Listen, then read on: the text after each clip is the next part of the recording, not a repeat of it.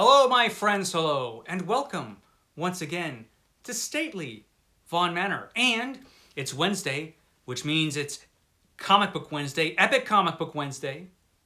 Every Wednesday, I'll talk about a certain comic book graphic novel or comic book subject. Steve Donoghue on his channel sometimes will talk about that same comic book graphic novel or comic book subject when he feels like it. Sometimes it's our world's finest team up. Will it be today? I don't know, because we're talking about Killraven, a character that is not Steve Donoghue's favorite. Although, as much as he detests Killraven, and boy he does, I happen to think that there are some really interesting things about this comic and some really fascinating things that happened with this comic. So, who is Killraven? Killraven is a gladiator who lives in the future of 2018. You didn't know that was the future, but it was back when this was started in 1973. Interestingly enough, this comic book was originally called War of the Worlds because it's sort of based on H.G. Wells' War of the Worlds. You see, in the novel War of the Worlds, there was this scene where our hero, or our main character anyway, is talking to a soldier. Now, at this point in the novel, it looks like the Martians are going to win the War of the Worlds. And so these two are trying to figure out what Earth is going to be like under the Martians. How will human beings survive when the Martians are in control? So Marvel Comics took that basic idea and did the weirdest, goofiest, pulpiest thing they possibly could with that idea. And we have Killraven and his band of fellow gladiators, including Mushala, his best friend. And Spartacus-like, they escape from the Martians. See, the Martians are weird and they like gladiatorial fights for some reason. They probably also like reality TV. They're weirdos, those Martians. So the Martians had come back. Did I mention that there was a second War of the Worlds? There was. War of the Worlds 2, which happened in the early 2000s. Don't remember that? It happened, according to this. And so they came back, took over the world, and this is Earth under the Martians. And so Killraven now leads this revolt. Now, just to let you have an idea of just how cruel the Martians are, this is what they dress Killraven in. A mankini. Now, it's hard to be a super tough macho hero in a mankini, particularly when you have little stars on your mankini and you have to wear those boots. It was tough for old Killraven, but he does escape and get this much manlier outfit for the rest of the series. So, there was that. He was able to change his clothes. I have to say, though, nobody else changes their clothes for the entirety of the series. For some reason, if you're living in the future fighting the Martians, you have to wear the same outfit every day, and never change it. Anyway, the beginning of this series takes place in 2018, the far future after the Martians have conquered the Earth. This first issue of War of the Worlds is written by Gary Conway. It has art by Neil Adams and Howard Chaykin. So it should be amazing. And in fact, it does have some moments, some good moments in the earlier parts of the first story. But that rapidly falls apart. And towards the end of the issue, I don't know what happened, but it suddenly looks like they're just rushing this thing as fast as they possibly can, and it looks like crap. So, there's that. The second story is just illustrated by Howard Chaykin and Frank McLaughlin as the inker. Not the best Howard Chaykin. Howard Chaykin got much better than this.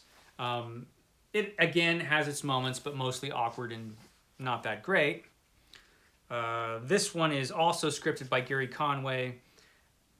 The third issue is scripted by Marv Wolfman and has art by Herb Trimpe,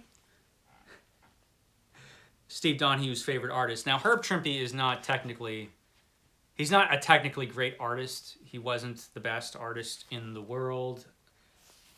I always kind of liked Herb Trimpe, though, because even though he wasn't the best artist, he always, to me, gave his characters a certain amount of humanity. I think that's why his version of the Hulk was so popular, is because even though it looked like Herb Trimpe art, He did give the Hulk some humanity, and I think that's why it was popular, but that's a whole nother thing. The artwork in this is not particularly great, and neither are the stories, frankly. This is interesting in one way, though, and I will say about this comic book right off the bat, is that it was weird from the start. This is a weird comic book, Killraven. It takes place after the Martians have ruled the Earth for 20 years. The Earth is full of monsters and mutants and killer robots and Martians, you know, who run the whole show. And so there's just so much weird stuff in this. Now, in the beginning of this comic book, the first few issues, the weirdness was just kind of comic book science fiction, comic book pulp science fiction weirdness. There was nothing, I mean, it was fun, you know, but it was nothing spectacular. It wasn't great. Don McGregor, though, started taking over the scripting. Even after he took over in the beginning, the comic wasn't particularly great, but it did improve. Here's the thing about Don McGregor, no matter what else you might say about his work, he did take this comic book seriously. He took it seriously. And he does take characterization seriously. He's serious about the characters. Originally, there was Killraven and a bunch of people who were not even characters at all. He turned all of those supporting characters into actual people. Killraven, it took a little longer.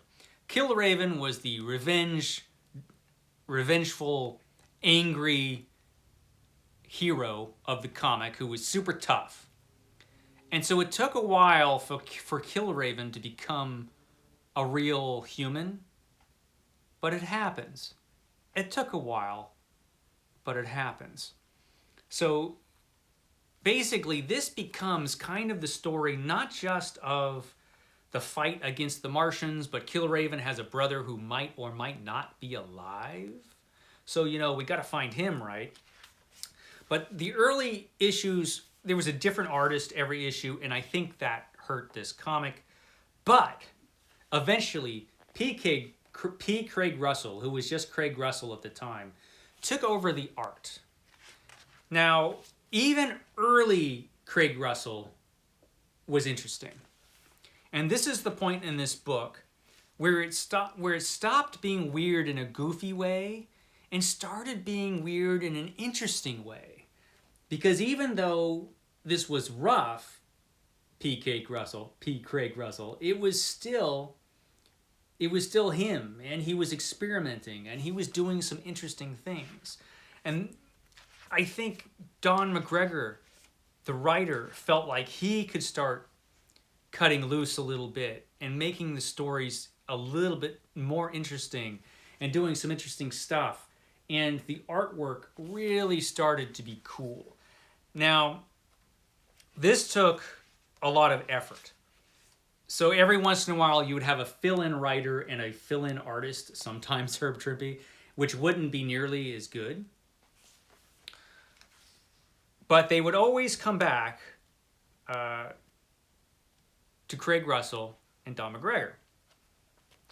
And that stuff was always worthwhile. Yeah. This became a really kind of, I mean, it was always goofy. It always was kind of trashy to a certain extent. But it became really kind of interesting.